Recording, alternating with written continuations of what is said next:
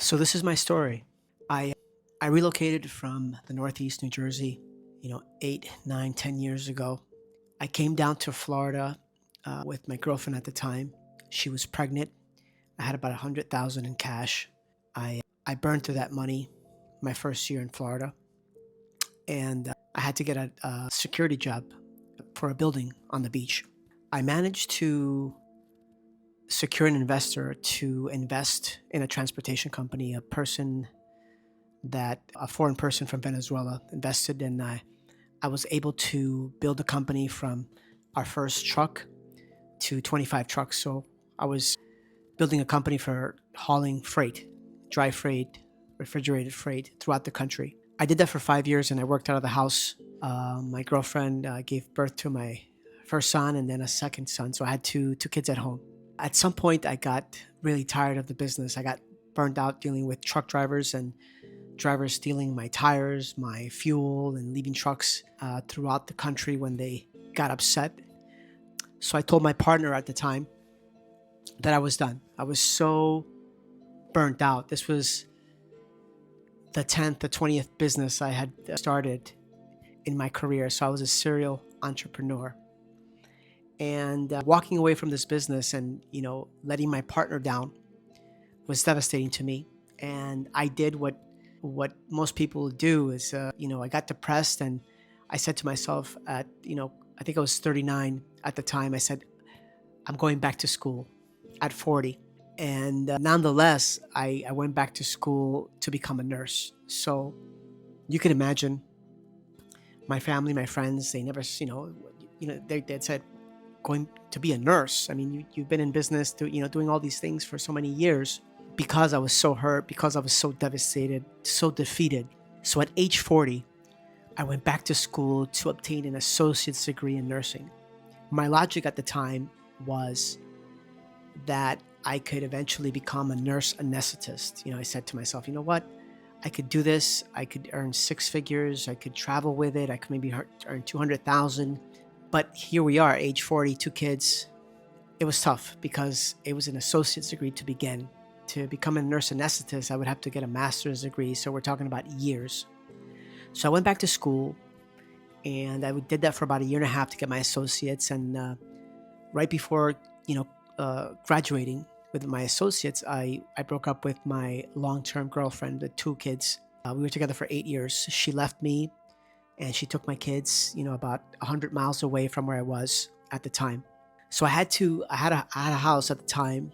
I had to rent out the house and I had to move into my parents' home in Florida, a home they had purchased for their retirement.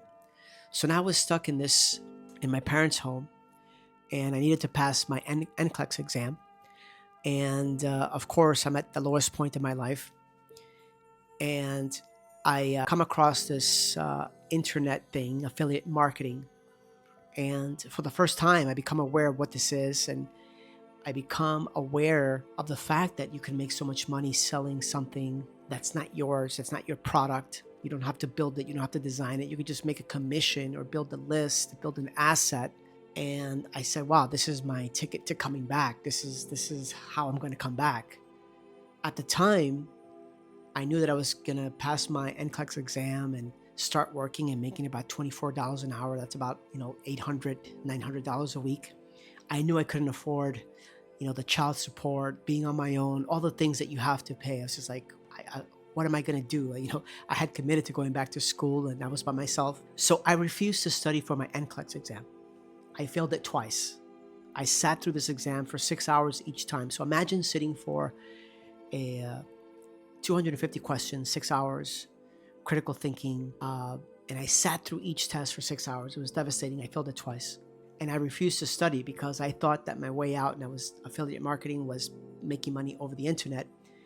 But my parents had helped me.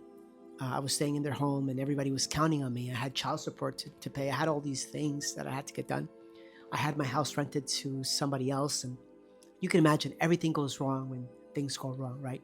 So on my third attempt to pass the NCLEX, I passed. I remember a Saturday morning paying the fee to find out paying a fee to find out early if I passed the exam or not. And once I passed, I called my mom and we both started to cry over the phone because it was such a big thing. I began to work right away at the hospital and did that for a year, recovered patients in what we call PACU, post anesthesia care. And then I quickly said, this is just not enough money. I have to do something. So I relocated and I went into a new area. And 6 months after that, I said I have to travel because that's where the money is. I could double, triple my income if I travel. And I started to travel nursing.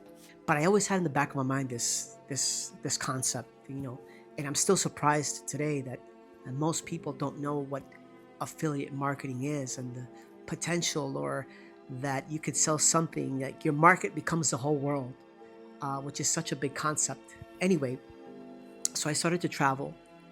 And when I started to travel, I started to have expendable income now that I could gamble with, that I had extra. So I purchased a couple of courses, and one of them was a publishing course. It was a $47 per month publishing course on how to hire ghostwriters and publish books on Amazon. I remember very clearly, I was in Oregon at the time, and it was Christmas Day. So I didn't have work, it was a holiday, and I was staying in an Airbnb, and I couldn't stay there because the person that I was renting from was having family over. So I had to just get out of there for like 2 days.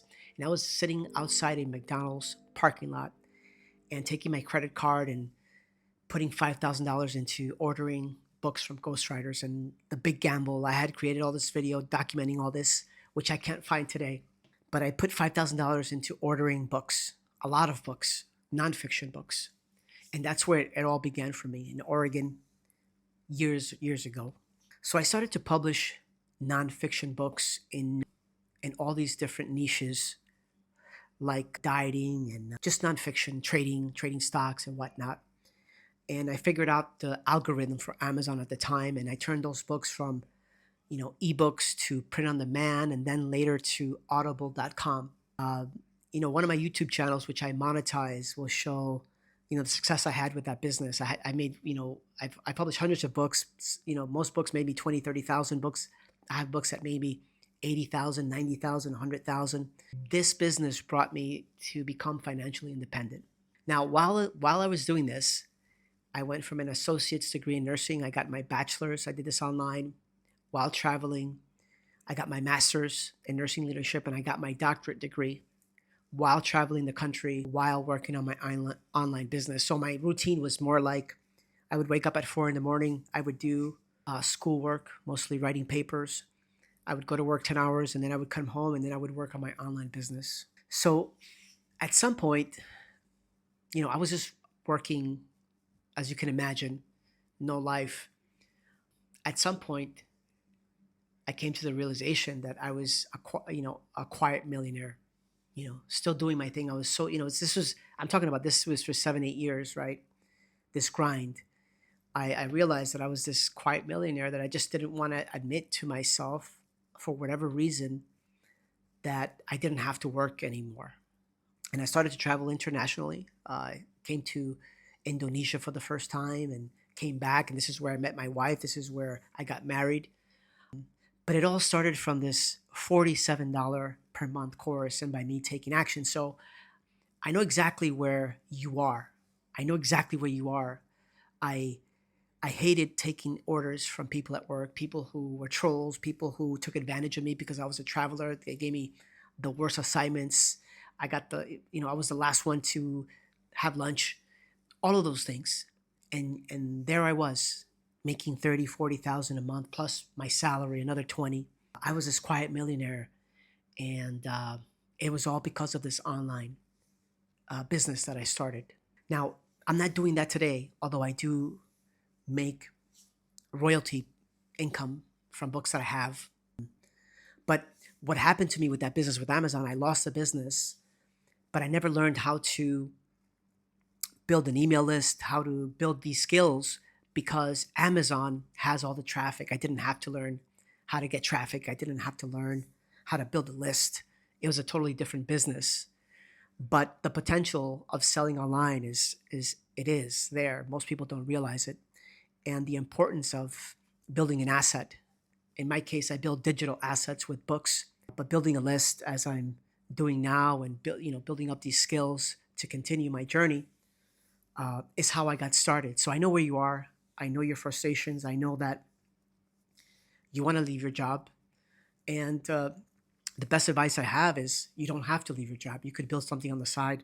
You could do it a couple hours a week because this business scales. It scales because you're not at a local area. You're not dependent on the local area. You have the entire planet. You have the US, you have Canada, you have sales. I mean, I still sell books. I get royalties from, from all over the world, from countries who buy these books that I published many years ago. So I just want to say to